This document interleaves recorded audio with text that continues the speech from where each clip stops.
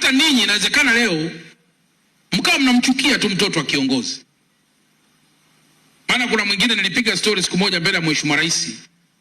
Tena wala sio dhambi, alikuwa anamsema mtoto wa Mheshimiwa Rais Samia. Anasema kituo hiki cha mafuta unakiona? Hiki ni cha mtoto wa Rais Samia. Nikambishia, akasema nakwambia jana alikuja mwenyewe na alishuka kwenye gari akatusalimia.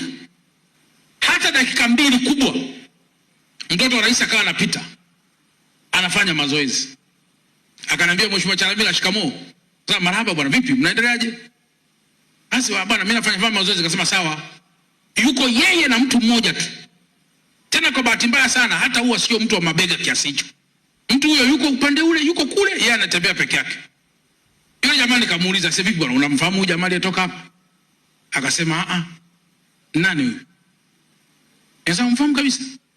Hebu muangalie vizuri sura.